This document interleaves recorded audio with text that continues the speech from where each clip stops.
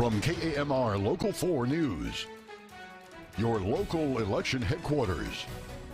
This is Politics Today with Jackie Kingston.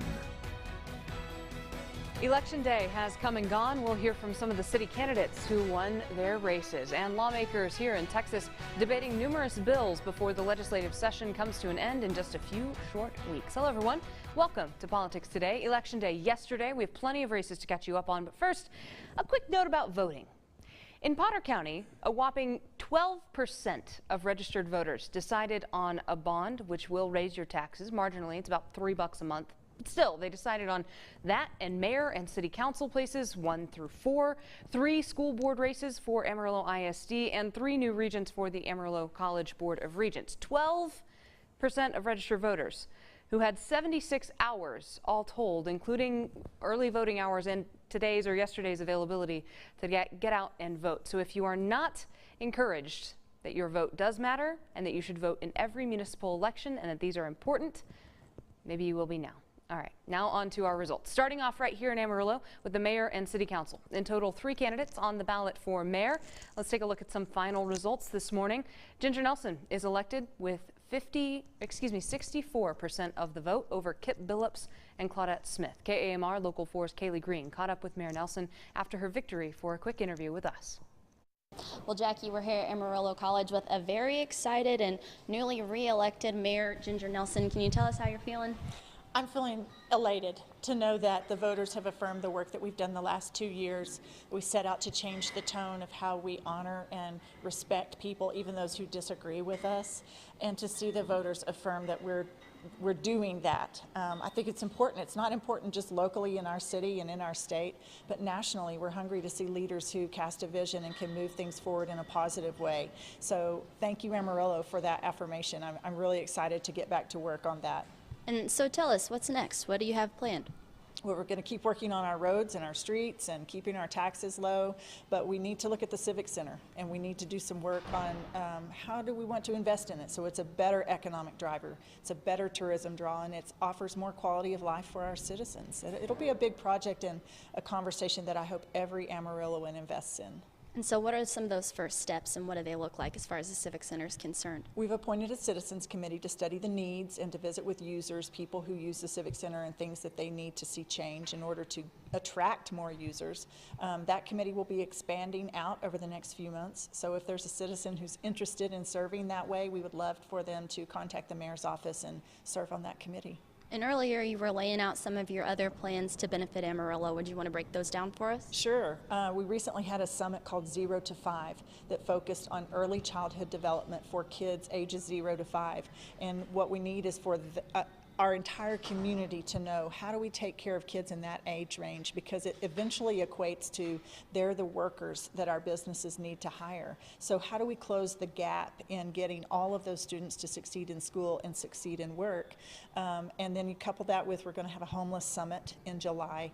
Working on some of these difficult long-term issues in our community is very exciting to me, and I know there are a lot of Amarilloans interested in those issues, and they'll get behind that too. And earlier you mentioned focusing on the positive. Is that something you're keeping in mind moving forward? I think it's the only way I know how to lead. So obviously voters like that too, and that's how we as a city are going to move forward. All right, well, Mayor Nelson, thank you. For now, I'm going to send it back. We are here at Amarillo College. Kaylee Green, Politics Today. Kaylee, thank you. Moving on to other races for Amarillo City Council. Next, our most crowded race, Amarillo City Council Place 1. In total, 4 candidates on that ballot. Elaine Hayes wins that race with 67% of the vote. She was running against Hayden Pettigo, Richard Herman, and Jay Kirkman. Here's Elaine Hayes with her thoughts from her victory tonight. Or anything like that. Well, I'm so appreciative. You know, it's truly an honor, and so it's, you know, I have a lot of people who will ask me that, you know, from the outside it looks very challenging. It is challenging, but it is just incredibly rewarding and very fulfilling, and just appreciate having the opportunity to serve another 2 years. Your position.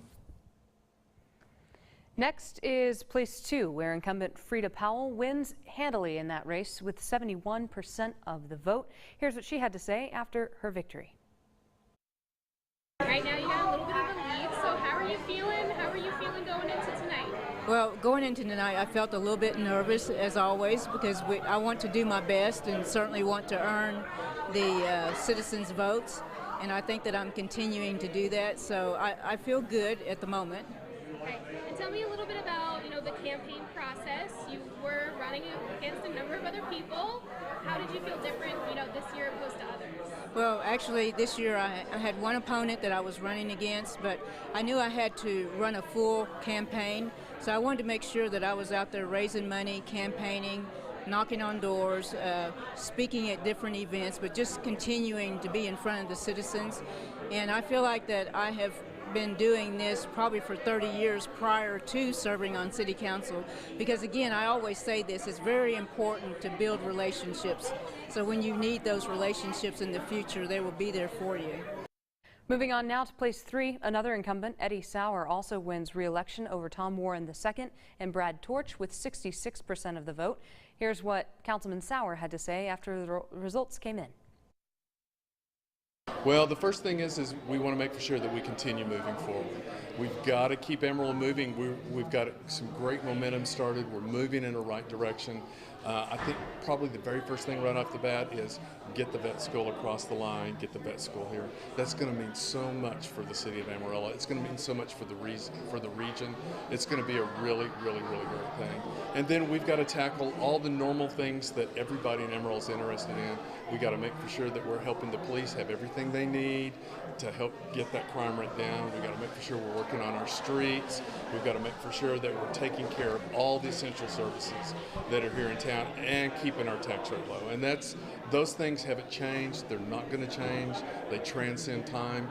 And I think that we've proven pretty well that we've worked really hard to make those things happen the past 2 years. And I think going forward, we're going to be ever much as vigilant as we were in the past.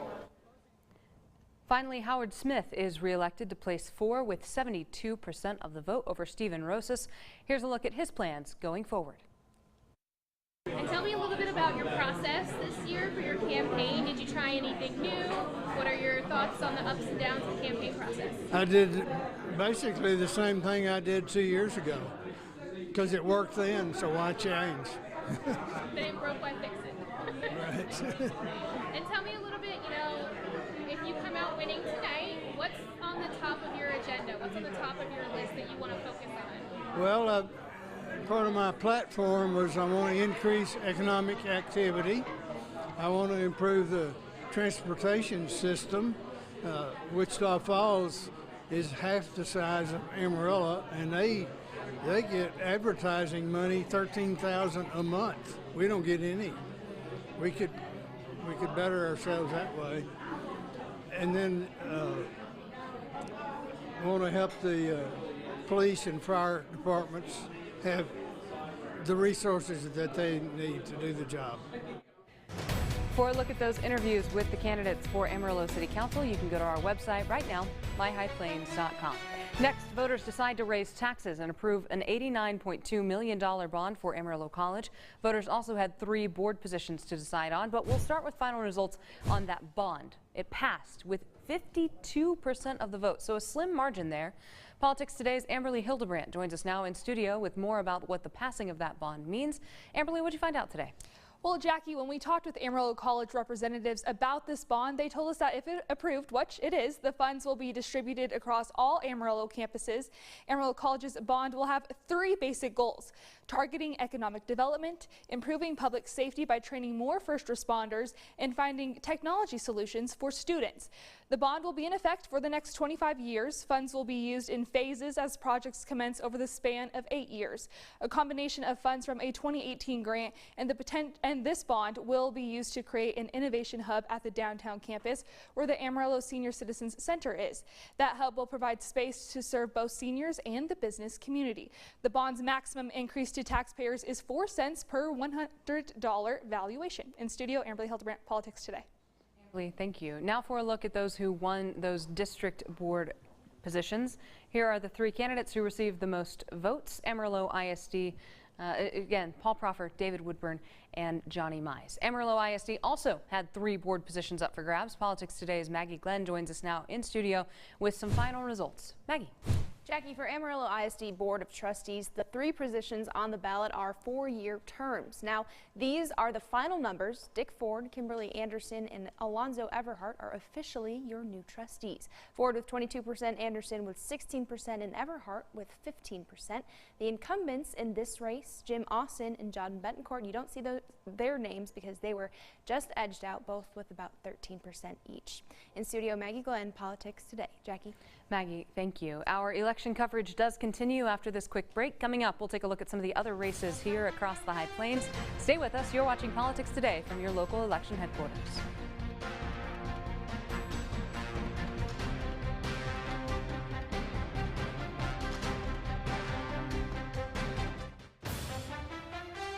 Welcome back to Politics Today. We are now taking a look beyond Amarillo at some of the races here on the High Plains. Canyon ISD had 1 board member position open. Here is a look at the final results from that race.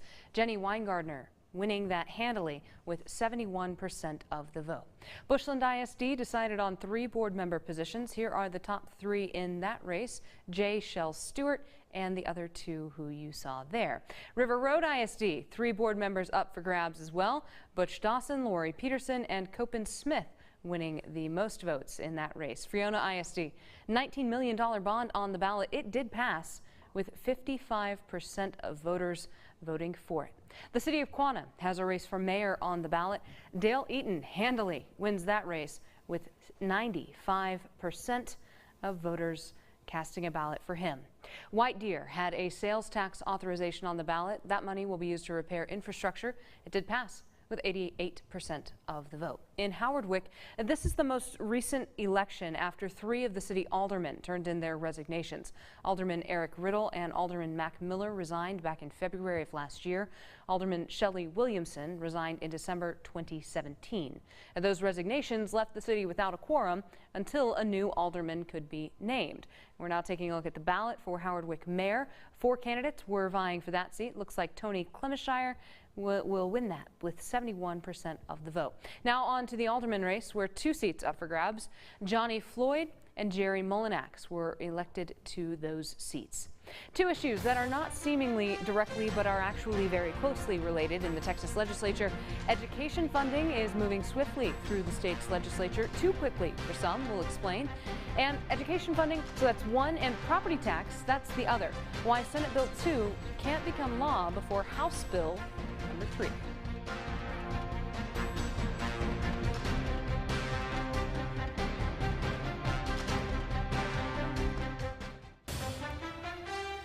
With 22 days to go in the legislative session, state leaders keep looking at the clock as they negotiate changes to a big priority, school funding. Politics Today's Wes Rappaport explains why some lawmakers are worried now that the Senate's process is beginning to move faster than expected. This has been a grueling process, but it's worth it. I appreciate your vote. An emotional education chairman Larry Taylor in a Senate committee hearing this week asking his colleagues to vote on a bill they largely haven't seen. I'm reading stuff for the first time that is concerning to me, even the stuff that's here. Now, I do have to laugh that, you know, this bill was originally almost a shell, a blank bill, and there's still some blanks. I just want to be sure as we move forward in this process that we have the opportunity to deliberate over those things that our educators aren't comfortable with, that families in our districts aren't comfortable with. I apologize for having to do this at the pace we're doing, but based on the time and where we are in the session and what's going on with the House and changing some of our revenue sources for this, some of those bills have to start in the House, so we needed to get started to get this out to show them where we have a bill that they need to help us fund. Part of the urgency came from the leader of the Senate, Lieutenant Governor Dan Patrick, who tweeted about expediting the bill out of committee to get it to the floor, where it'll see a slew of amendments. And they'll need to make time for negotiations between the House and Senate versions. The House is going to have some different opinions. We're going to have to work with that when it comes back. The last day of session is May 27th. The Senate is set to debate the education funding reform bill on the Senate floor tomorrow. Related, the Texas House approved a property tax reform bill last week, an issue our state's top leaders have deemed a priority. Senate Bill 2 isn't aimed at lowering your individual property tax bill. However, it does aim to slow the growth of rising property taxes overall. Cities and counties would have to get voter approval if they take in more than 3.5% more revenue than the year before. Lubbock Republican Dustin Burrows says the bill also makes it easier for Texans to get involved with the property tax process. Could you imagine if half of the 85% of people who showed up to protest their appraised value actually went to town hall to protest their taxes? It would be meaningful reform. This bill is designed and intended to do just that. In its current form, Senate Bill 2 cannot go into law unless House Bill 3, the school finance reform bill, goes into law as well. The reason? Property taxes figure largely into school funding. Lawmakers taking a look at online sports betting. Coming up, how a new bill could classify fantasy sports as games of skill, not games of chance. Stay with us.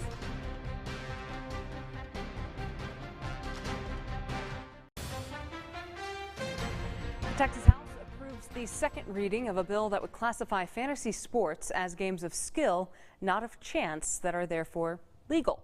Politics Today's Steffi Lee shows us how the bill would work. Fantasy sports are a popular pastime for millions of Texans. Texans' passion for watching sports is obvious, but engaging on a fantasy sports level brings a different level of engagement, whether it's with family or it's with friends. It's also been a topic of confusion. Attorney General Ken Paxton's opinion from 2016 said daily fantasy sports outcomes depend partially on chance. Therefore, a person paying to play and a company taking a cut amounts to illegal gambling. What we maintain is, look, there's obviously chance in the game. Somebody getting hurt, a player getting pulled, a coach making a different decision. A bill in the legislature, however, would define fantasy sports as a game of knowledge and skill rather than chance. And the money involved to play the games wouldn't be considered bets. It's an important clarification because whenever the penal code and legislation was adopted, fantasy sports perhaps wasn't contemplated. But critics believe fantasy sports are gambling under the Texas Constitution, and it would take an amendment, not a bill, to change that. If somehow or another you're going to go introduce a form of gambling without going through that process, it's very problematic. According to the Texas Fantasy Sports Alliance, 20 other states have taken steps to adopt this type of legislation. The bill still does need another vote from the House before it can be sent to the Senate. There's a shortage of primary care physicians in Texas. Last week, lawmakers debated a bill on the House floor to study the problem and find solutions. The bill would direct the Texas Higher Education Coordinating Board to analyze incentives for med students. The study would also look for ways to pay for residencies and primary care positions in remote areas. The bill is authored by Gatesville Republican Representative J.D. Sheffield, who is a family doctor. There's more money in the specialties than in primary care. And for the training institutions, there's more money in training the specialties and subspecialties than training primary care. So when you have the big tertiary hospitals, that's their emphasis. So we've gotten away from an emphasis in primary care. If either bill clears the House, the 2008 report from the Department of State Health Services estimates the shortage of primary care physicians in Texas will grow from around 2,000 in 2017 to nearly 3,400 by 2030. That is an increase of 64%. As some Texans turn to telemedicine, another would allow more kids access to services. Right now, Medicaid covers telemedicine for a handful of scenarios, mostly for adults. Lawmakers debated House Bill 1063 last week. That would expand coverage for pediatric patients in certain cases, like kids who've had an organ transplant, organ failure, or who are on a ventilator. We're just taking a very small step to include a population that we know would benefit, and we'll be looking at, what we could do in the future as technology progresses and as some of this data comes back and we are able to analyze it. If either bill clears the House, they'll need to be approved in the Senate before heading to the governor's desk to be signed into law. Next, we'll take a quick look back on our election results from yesterday. Stay with us for that.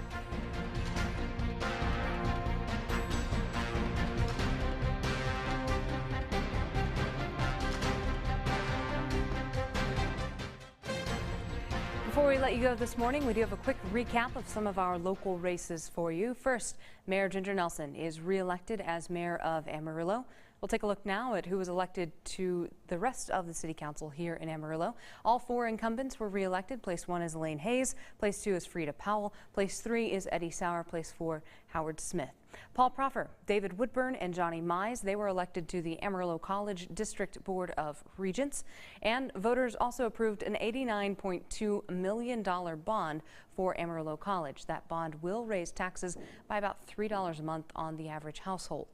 Dick Ford, Kimberly Anderson, and Alonzo Everhart were elected to the Amarillo ISD Board of Trustees. You can like us on Facebook, follow us on Twitter, and go to myhighplains.com for a complete recap of all the races from yesterday. Thank you for being here this morning. We'll see you here next week.